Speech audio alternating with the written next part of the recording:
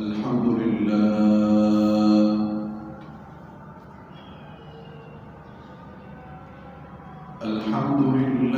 نحمده ونستعينه ونستنصره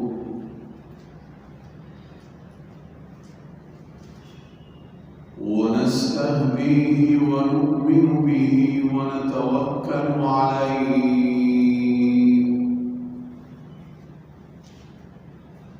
ونعوذ بالله من شرور أنفسنا ومن سيئات أعمالنا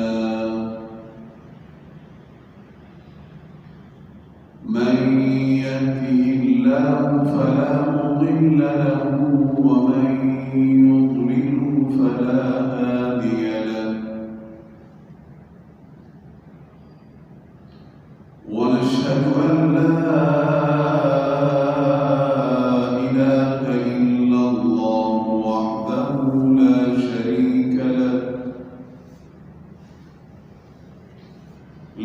شريك له أحدا صمدا لم يلد ولم يولد ولم يكن له كفوا أحد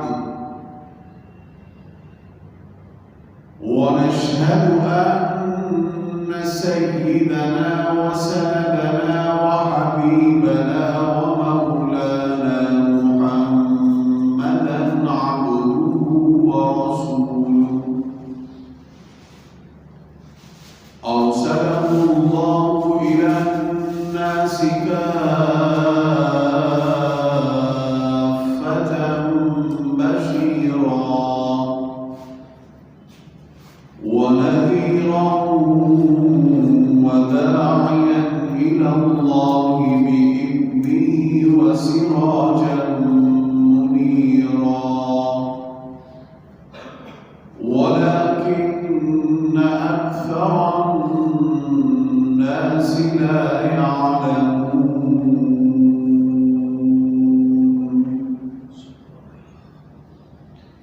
أما بعد فأعوذ بالله من الشيطان الرجيم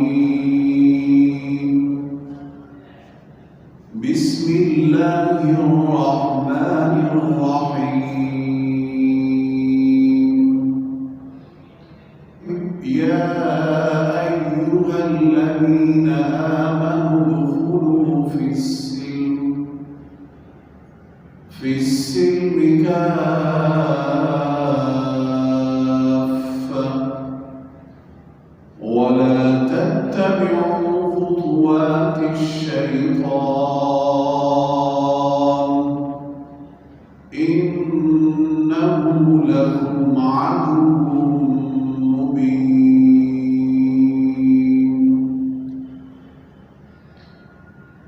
وقال النبي صلى الله عليه وسلم سباب المسلم فسوق وقتاله كفر أو كما قال النبي صلى الله عليه وسلم صدق الله ورسوله وصدق نبيه الكريم ونحن على ذلك لمن الشاهدين والشاكرين والحمد لله رب العالمين.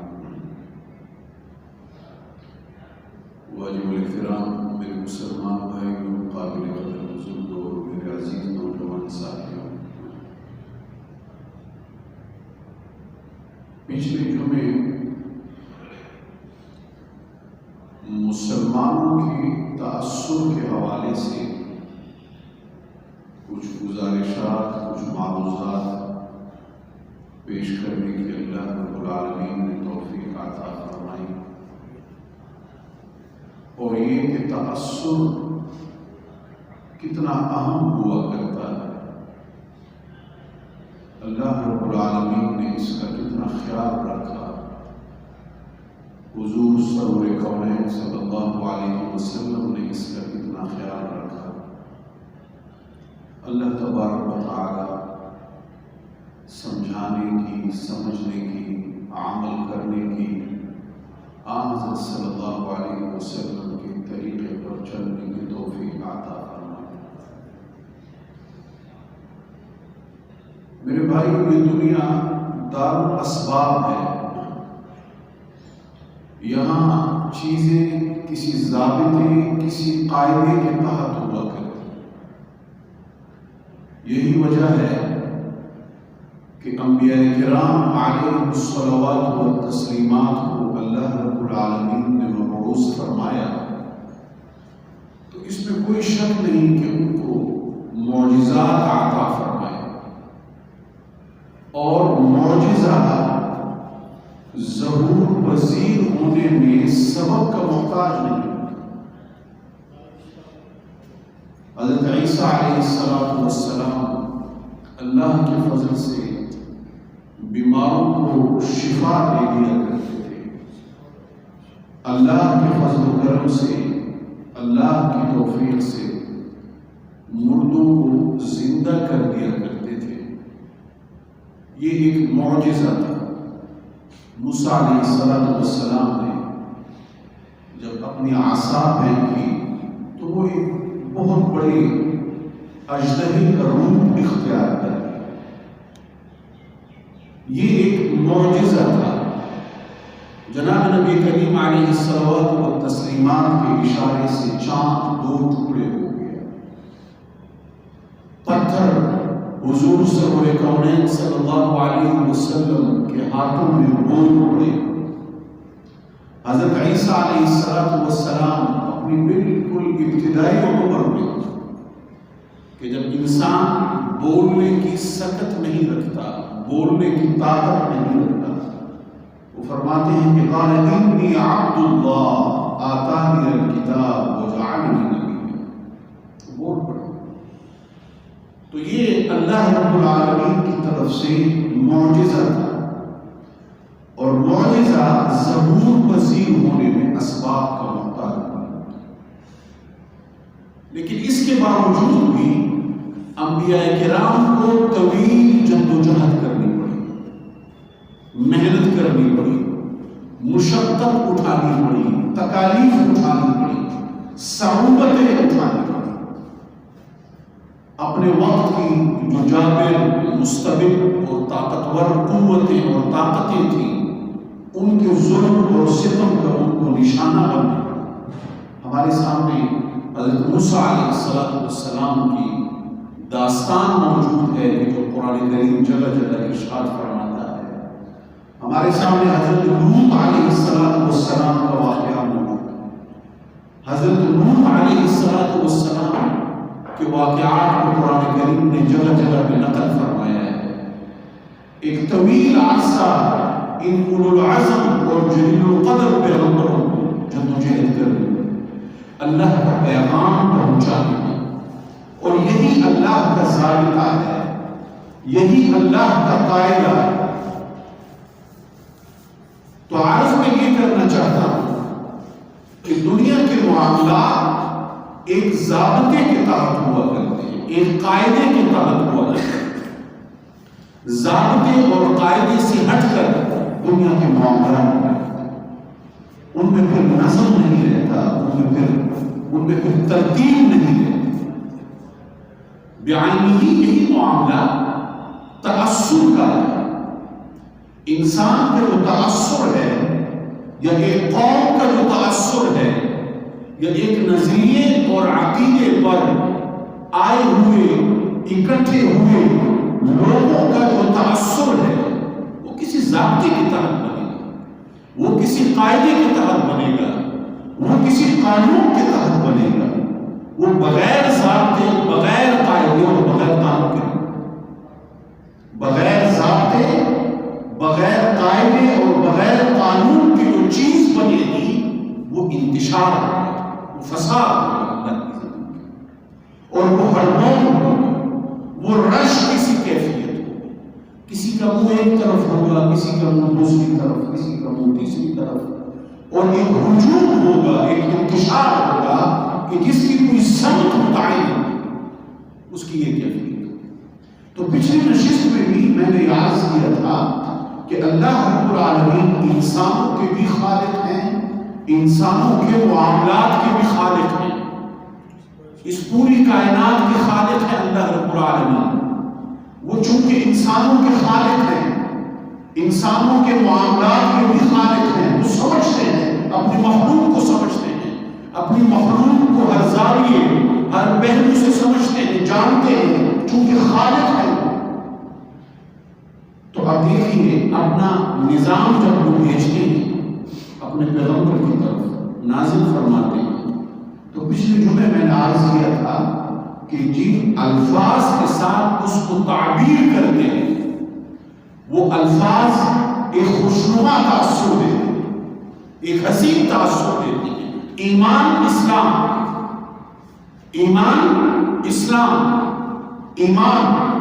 پچھلے جمعے گزارش کی تھی کہ انسان ایک طویل عرصہ بلکہ تقریباً ہر زمانے میں ہی وہ بدامنی کا شکار رہا، ہر زمانے میں ہی اس کو قتل و غارت گری کا سامنا کرنا پڑا ہے۔ بالعموم انسانی زمانوں کو جب آپ اٹھا کے دیکھیں گے تو اس میں جنگل کا قانون رہا ہے، ہر طاقتور نے کمزور کے اوپر قبضہ کیا ہے، ہر طاقتور نے کمزور کو اپنا دستگیر بنانے کی کوشش کی، اپنا غلام بنانے کی کوشش کی، اس کا خون بہایا، بستیاں اجاڑی ہیں، فصلوں کو، گھروں کو، مکانوں کو، عبادت خانوں کو توطیق کیا ہے۔ انسانوں کے مختلف زمانوں میں انسان نے بھی سب کچھ کیا۔ تو عمل انسان کے لیے ایک بہت، یہ لفظ ہی بڑا محبوب ہے انسان، چاہے جائے کہ اس کو حقیقی عمل مل جائے۔ سلامتی یہ لفظ ہی انسان کو بڑا محبوب ہے، چاہے جائے کہ اس کو پھر حقیقی طور پر سلامتی مل بھی جائے۔ تو ان دو الفاظ کے ساتھ اللہ رب العالمین نے تعبیر، یا ایھا الذین آمنوا، اے ایمان والو۔ اب ایک شخص کو ایمان کا تعارف نہیں ہے کہ ایمان کیا چیز ہے، یہ ایمان امن، یہ لفظ جب اس کے کانوں میں پڑے گا، اس کی سماعت کے ساتھ ٹکرائے گا تو ابتدائی تأثر جو بولے گا وہ بڑا ہی حسین، خوشنما، دل فریب تأثر ہوگا، ایک ایسا تأثر ہوگا کہ جو اس کے دل کے اندر جگہ بنائے گا۔ اب جب آگے اس کو کوئی ایمان کے بارے میں سمجھانے کی کوشش کرے گا تو وہ زمین ہموار ہوگی، اس کے دل کی جو زمین ہے وہ ہموار ہوگی، وہ اس کو سمجھنا چاہے گا۔ اپنے عام زندگی میں بہت سارے معاملات ایسے ہوتے ہیں جو ہم سمجھنا نہیں چاہتے، ہم کہتے ہیں نہیں یار اس کو دور کرو، بس جن کے پتہ ہے اس سے دور، میں اس کو سننا نہیں چاہتا، میں اس موضوع پہ بات نہیں کرنا چاہتا، اجی میں تو اس چیز کو دیکھنا نہیں چاہتا، بس اس حکم سے آپ دور رکھیں۔ یہ کیا ہوتا ہے؟ اس کا جو تأثر ہمارے دل و دماغ میں جو موجود ہوتا ہے وہ اس حد تک خوفناک ہوتا ہے، اس حد تک وہ دل خراش ہوتا ہے کہ اس موضوع پر ہم گفتگو کرنے کے لیے تیار ہیں۔ ہو سکتا ہے اس کی حقیقت اور ہو، لیکن اس کا تأثر جب یوں ہے ہمارے دل و دماغ میں تو ہم اس موضوع پر گفتگو کرنے کے لیے تیار ہیں۔ یہی معاملہ اسلام کا ہے، تأثر اس کا بڑا خوشنما، سلامتی، میری جان کو سلامتی مل جائے، میری عزت و آبرو کو سلامتی مل جائے، میرے مال کو سلامتی مل جائے، تو پھر زمین میں مجھے اور کیا چاہیے؟ روئے زمین کی تمام تر نعمتیں ان بنیادی انسانی حقوق کے ساتھ وابستہ ہے، ان بنیادی انسانی حقوق کے ساتھ وابستہ ہے کہ انسان کی جان محفوظ ہو، اس کو زندہ رہنے کا، آزادی کے ساتھ زندہ رہنے کا اس کو حق حاصل ہو، اس کی عزت و آبرو محفوظ ہو، اور اس نے جو مال کمایا ہے وہ جس شکل میں بھی ہے اس کا وہ مال محفوظ ہو، اس کو غصب کرنے کی کوشش نہ کرے، ہتھیانے کی کوشش نہ کرے، اور انسان کیا چاہیے۔ دنیا کی تمام تر نعمتیں ان تین بنیادی حقوق کے ساتھ جڑی ہوئی ہیں۔ آپ ایک ایک نعمت کو اٹھائیں، کہیں نہ کہیں پہ ان تین بنیادی حقوق کے ساتھ بالواسطہ یا بلا واسطہ موجود ہوئی۔ تو ان دو الفاظ کے ساتھ تعبیر کی اللہ رب العالمین نے، ان الدین عند اللہ الاسلام، ان الدین عند اللہ الاسلام۔ عرب کے ماحول کو ذرا آپ تصور میں لائیے کہ جب قرآن کریم نازل ہو رہا تھا، اب ایک اجنبی شخص اس کے کانوں میں جب یہ آیت پڑے گی ان الدین عند اللہ الاسلام، اب عرب تو تھے، بلاغت کے ساتھ وہ فصاحت اور بلاغت کا معمول تھا. اب جب یہ آیت اس کے کانوں میں پڑے گی اس کو معلوم نہیں ہے کہ اسلام کیا چیز ہے، لیکن جو ہی ان الدین عند اللہ اسلام، اللہ کے ہاں دین تو اسلام ہی ہے. ابھی جب لفظ اسلام اس کے کانوں میں پڑے گا تو ابتدائی جو تأثر بولے گا وہ بڑا خوشنما تأثر، بہت خوشنما تأثر، سلامت. اچھا اب وہ تیار ہوگا کہ کوئی اس کو سمجھائے کہ جناب اسلام کیا ہے، اسلام کیا ہے، ارکان اسلام کیا ہے، ضروریات اسلام کیا ہے، یہ کیسا نظام ہے، اس میں آپ نے کیا کرنا ہے، اس میں عبادات کیا ہیں، اخلاقیات کیا ہیں، اس میں معاملات کیا ہیں، معاشرت اس کے اندر کیا ہے، گھر کے اندر آپ نے کیسے رہنا ہے، گھر سے باہر اپنے معاشرے میں، بازار میں آپ نے زندگی کیسے گزارنی ہے، زندگی کی جو مختلف مرحلے، پہلو اور حیثیتیں ہیں ان پہ جب آپ فائز ہوں گے تو آپ زندگی کیسے گزاریں گے، ان تفاصیل کو وہ سمجھنے کے لیے تیار ہے. وہ زمین ہموار ہوگی، وہاں پہ آپ کو ہل چلانے میں مشکل درپیش نہیں ہوگی، پھر وہ سننا چاہے گا. اور میرے بھائی یہی وجہ ہے کہ مشرکین مکہ کو حج کے موسم میں مکہ مکرمہ کے داخلی اور خارجی راستوں کے اوپر اپنے نمائندے تعینات کرنے پڑتے تھے، جو آنے والوں کو جناب نبی کریم علیہ السلام کے حوالے سے نعوذ باللہ من ذالک کی باتیں کہا کرتے تھے کہ مکہ مکرمہ میں نعوذ باللہ من ذالک ایک مجنون ہے، وہ کچھ مجنونانہ قسم کی گفتگو کرتا ہے، اس کے قریب مت جانا، اس کے قریب مت جانا. کیوں قریب مت جانا؟ کیونکہ اگر قریب جاؤ گے تو اس کا اثر لیے بغیر واپس نہیں آؤ گے. اس کا اثر اب 5 10 15 20 منٹ کی ملاقات میں آپ کسی کی حقیقت کو تو نہیں سمجھ سکتے، لیکن تأثر آپ لے کے اٹھیں گے. 5 منٹ کی ملاقات ہے، 10 منٹ کی ملاقات ہے، 15 منٹ کی ملاقات ہے، آپ جو چیز لے کے اٹھیں گے وہاں سے وہ تأثر ہوگا، وہ اثر ہوگا جو اس کی صحبت میں آپ نے 5 10 منٹ گزارے ہوئے ہوں گے تو تأثر لے کے اٹھیں گے. تو حضور سرور کونین صلی اللہ علیہ وسلم کی خدمت اقدس میں جب لوگ حاضر ہوتے تھے، جب لوگ حاضر ہوتے تھے، بیٹھتے تھے چند ساعتوں کے لیے، کچھ لمحات کے لیے، تو جو تأثر لے کے اٹھتے تھے وہ بڑا ہی روحانی ہوتا تھا، وہ بڑا ہی نورانی ہوتا تھا، وہ ایسا ہوتا تھا کہ وہ دل حضور کے قدموں میں نچھاور کر کے اٹھتے تھے. ابھی ان کو ایمان کی پوری حقیقت کا نہیں پتا، ابھی ان کو ایمان کی تفصیلات کا مکمل نہیں پتا، اسلام کی تفصیلات کا مکمل نہیں پتا، لیکن حضور کی خدمت عالیہ میں وہ بیٹھے ہیں اور حضور نے کچھ گفتگو ارشاد فرمائی ہے، تو جو تأثر لے کے اٹھے ہیں اس گفتگو کا، ان ارشادات کا اور جناب نبی کریم علیہ السلام کی شخصیت کا، آپ علیہ السلام کی مقدس ذات کا، وہ ایسا ہوتا تھا، ایسا ہوتا تھا کہ وہ پھر حضور صلی اللہ علیہ وسلم کے عاشق بن گئے. بڑا ہی کوئی ہردرم ہوتا تھا ابو جہل جیسا کہ ختم اللہ علی قلوبہم وعلی سمعہم وعلی ابصارہم، کہ جن کے دلوں کے اوپر اور جن کی سماعتوں کے اوپر، جن کی بصارتوں کے اوپر اللہ مہر لگا دیتا تھا، بس انہی کے دلوں کو کچھ نہیں تھا ہوتا. مگر میں یہ ہو نہیں سکتا کہ حضور علیہ السلام کی خدمت اقدس میں حاضر ہوا جائے اور دل کو چھوڑے بغیر کوئی انسان وہاں سے اٹھے، یہ ممکن. بس ختم اللہ علیہ کہ جن کے دلوں میں اللہ نے مہر لگا دی تھی ان کے دلوں کو پھر پوچھے، وہ اپنی ضد میں، اپنے عناد میں، اپنی اڑدر میں، بس وہ اسی کے اندر ہی غوطزن رہے اور اسی کے اندر ہی وہ ڈوبے رہتے تھے. یہ ایک ایسی دلدل ہے کہ جس سے نکلنا ہو پھر بڑا مشکل. تو میرے بھائیو عرض میں یہ کر رہا تھا کہ یہ حضور کا تأثر تھا کہ مشرکین مکہ تمام تر قوت اور تمام تر طاقت کے ہوتے ہوئے ہر طرح کی پابندی انہوں نے لگا دی تھی. حضرت بلال حبشی پہ وہ ظلم بھی کر رہے تھے، آل یاسر کے اوپر وہ ظلم کر رہے تھے، یہ تمام تر معاملات وہ کر رہے تھے. ہر طرح کی استبداد، ہر طرح کے ظلم و ستم اور ہر طرح کی قوت اور طاقت کے استعمال کے باوجود بھی وہ اگر مکہ مکرمہ اور مضافات میں دین اسلام کا پیغام پہنچنے سے نہ روک پا رہے تھے تو وہ دین اسلام کا تأثر تھا. جناب نبی کریم علیہ السلام کا تأثر تو امن کا پیغام ہے، سلامتی کا پیغام ہے، جو انسانوں کو انسانیت کا ڈھنگ سکھلانے آئے تھے.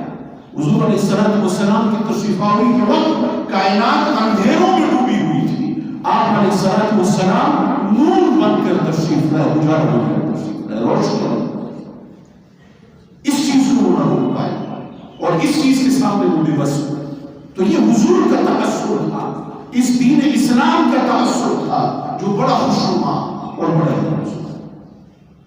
وہ بھی اسی لیے قرآن کریم نے جواب میں ارشاد فرمایا کہ وما هو بقول شاعر، یہ کسی شاعر کا کلام نہیں ہے، یہ کسی شاعر کا کلام نہیں ہے. اور یہ کہ آپ اپنے رب کی نعمت سے نعوذ باللہ آپ مجنون نہیں ہیں. ما انت بنعمت ربک بمجنون، آپ مجنون نہیں ہیں. قرآن کریم کے بارے میں مشرکین مکہ کہتے ہیں کہ یہ تو شاعری ہے. جو محمد کہتے ہیں نعوذ باللہ من ذالک یہ شاعری ہے. تو ارشاد ہو کہ نہیں، وما هو بقول شاعر، یہ شاعر کا کلام نہیں، یہ اللہ رب العالمین کا کلام ہے. شاعر کا اگر کلام ہے تو آپ شعراء، عرب کا جو ماحول اور معاشرہ تھا وہ شعراء کا ماحول اور معاشرہ. امرؤ القیس جیسے شاعر تھے اس کے اندر. اور جاہلیت کی، زمانے جاہلیت کی جو عرب شاعری آج تک اس کا کوئی جواب نہیں.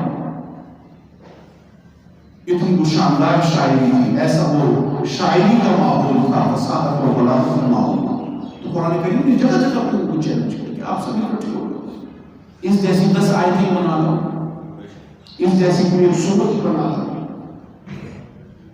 وہ عاجز تھے، آج تک عاجز ہے. قرآن کریم کے دشمن قیامت تک عاجز ہوگی، کیونکہ یہ انسان کا کلام نہیں، یہ خالق انسان کا کلام، یہ اللہ رب العالمین کا کلام ہے. تو اللہ کی طرح تو انسان کلام نہیں کر سکتا، اپنے خالق کی طرح تو مخلوق کلام نہیں کر سکتا. تو اس لیے انسان ہمیشہ سے عاجز ہے اور عاجز رہے گا کہ اللہ رب العالمین کے کلام کی مثل کلام نہ لا سکتا.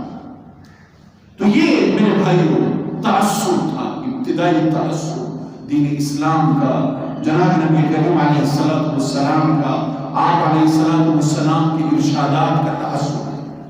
اور پھر دھیرے دھیرے وہ جب دین اسلام کے ساتھ مانوس ہونے لگے تو اب جو دین انسانوں سے آگے بڑھ کر اپنے ماحول میں موجود پودوں کی بات کرتا ہو، درختوں کی بات کرتا ہو، راستوں کی بات کرتا ہو، اپنے ماحول میں موجود جانوروں کی بات کرتا ہو، پالتو جانوروں سے آگے اپنے ماحول میں موجود دوسرے جانوروں کی بات کرتا ہو، پڑوسیوں کی بات کرتا ہو، اجنبی انسانوں کی بات کرتا ہو، ایسا نظام اور ایسا دین، ایسا نظام انسانیت کے لیے اس سے بہتر کوئی نظام ہو سکتا ہے.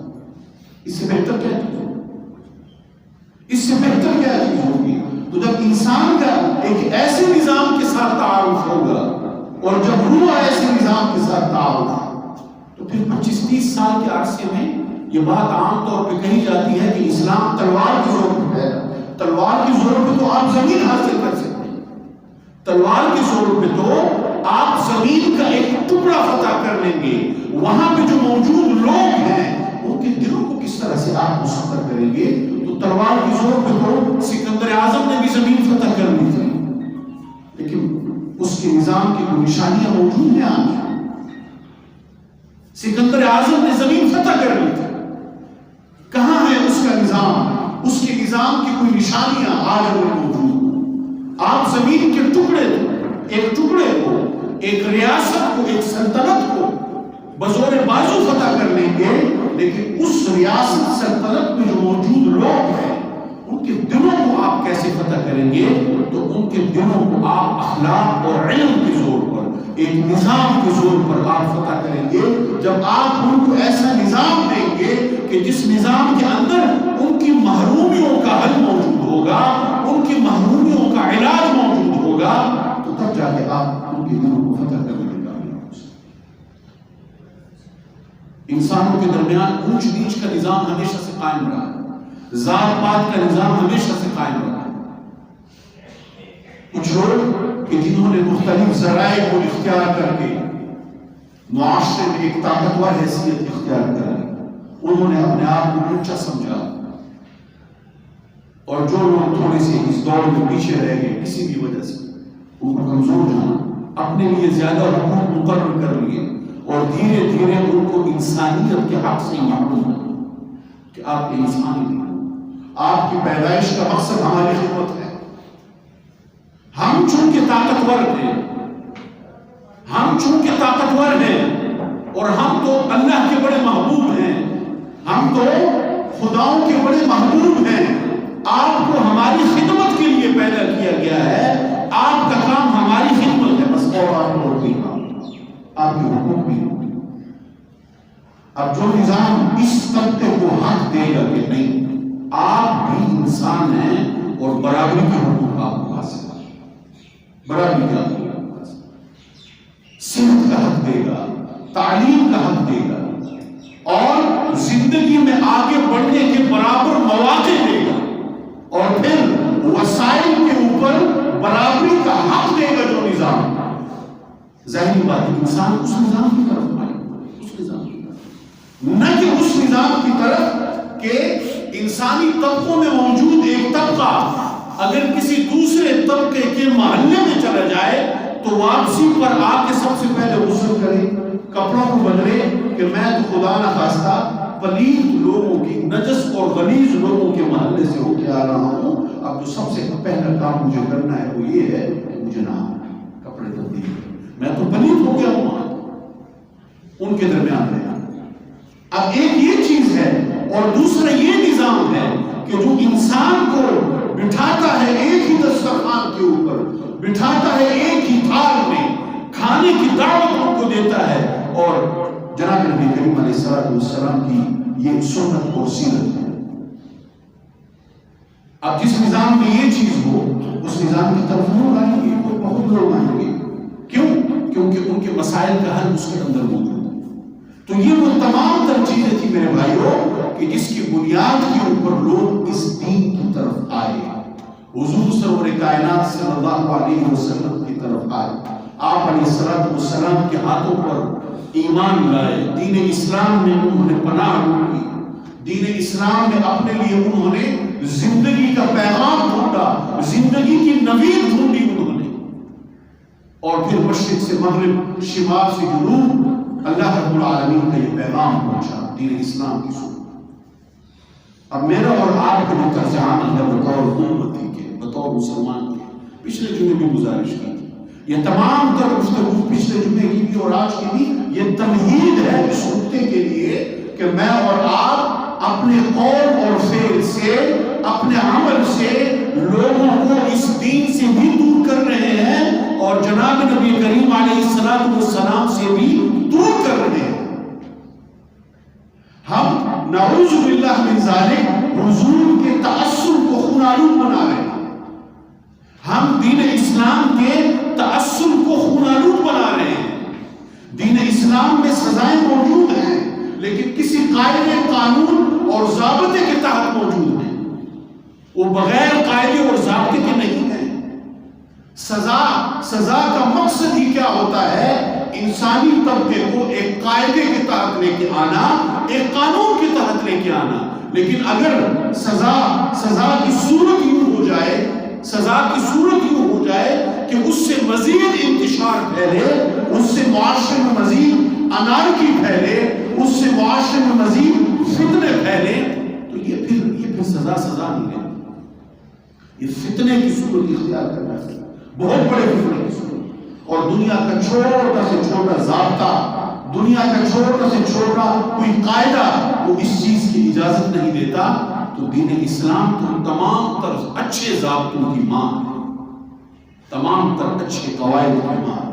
یہ دنیا کا سب سے خوبصورت نظام ہے جو اللہ رب العالمین نے جناب نبی کریم علیہ السلام کو بذریعہ وہی کہے گا، اس کے اصول بذریعہ ہوگا۔ تو میرا اور آپ کا جو طرز عمل ہے مختلف حوالوں سے اپنے معاشرے کے اندر اور اپنے ماحول کے اندر وہ ایسا ہے کہ ہم پچھلے جو گزارش کی تھی کہ دین اسلام دین دعوت ہے، قیامت تک اس کی دعوت چلتی رہے گی، چونکہ حضور علیہ السلام خاتم النبیین ہیں، حضور کے بعد کسی اور پیغمبر نے نہیں آنا، لیکن کام تو چلتا رہے گا، دین اسلام کی طرف دعوت چلتی رہے گی۔ تو وہ دعوت کس نے دینی ہے؟ وہ حضور کے امتیوں نے دینی ہے، اپنے قول سے، اپنے فعل سے، اپنے عمل سے، وہ یوں کر کے دینی ہے دعوت۔ اب اگر میرا قول، میرا فعل، میرا کوئی عمل یوں ہو کہ وہ رکاوٹ بن جائے لوگوں کو دین اسلام کی طرف آنے سے، لانے سے، حضور علیہ السلام کی طرف آنے اور لانے سے، تو پھر یہ میرے لیے بڑے افسوس کی بات ہے، یہ میرے لیے بڑی معلومی کی بات ہے۔ تو لہٰذا ہمارے نوجوان طبقے، ہمارے عام لوگ کہ جن کا علم سے کوئی اتنا واسطہ نہیں ہے، ان کو یہ سمجھنے کی ضرورت ہے، ان کو یہ سمجھنے کی ضرورت ہے، یہ سوچنے کی ان کو ضرورت ہے، اپنے اندر اس شعور کو پیدا کرنے کی ضرورت ہے کہ میرا کوئی بھی قول، میرا کوئی بھی فعل اور میرا کوئی بھی عمل وہ رکاوٹ ہے، وہ لوگوں کو دین اسلام سے دور کرنے والا ہے۔ حضور علیہ السلام کی شخصیت رحمت للعالمین ہے، آپ رحمت کا پیغام لوگوں تک پہنچائیں گے حضور کے حوالے سے تو لوگ پیاس محسوس کریں گے۔ اس طرح میں نے گزارش کی، انسان امن کا پیاسا ہے، صدیوں سے امن کا پیاسا ہے، ہزاروں سالوں سے یہ امن اور سلامتی کا پیاسا ہے، اور اگر آپ خون کا ان کو پیغام دیں گے، قتل و غارت گری کا پیغام دیں گے، جنگ و جدال کا آپ پیغام دیں گے، آپ ماب جسٹس کا ان کو پیغام دیں گے، تو پھر وہ نہیں رہیں گے، پھر آپ رکاوٹ کریں گے، پھر یہ پیغام حضور کا آپ نہیں پہنچا رہے، رحمت کا پیغام حضور کا نہیں پہنچا رہے۔ تو اس اعتبار سے ہمیں ان چیزوں کو سمجھنے کی ضرورت ہے۔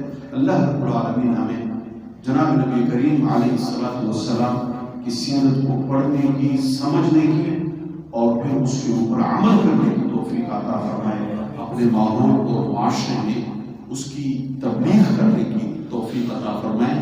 میں اور آپ کوئی بھی چھوٹی سی سنت کے اوپر عمل کریں گے تو وہ گویا کہ اس دین کی تبلیغ ہے، وہ گویا کہ حضور کی اس طریقے کی تبلیغ ہے۔ تو مومن ہمیشہ ہی مبلغ ہوتا ہے، ہمیشہ ہی یہ حالت دعوت میں ہوتا ہے۔ یہ اگر کہیں نوکری کر رہا ہے، کہیں پہ ملازمت کر رہا ہے، ایک مزدور ہی کیوں نہ ہو، وہ اگر امانت اور دیانت کے ساتھ اپنی مزدوری کر رہا ہے، در حقیقت وہ دین اسلام کا پیغام۔ اللہ رب العالمین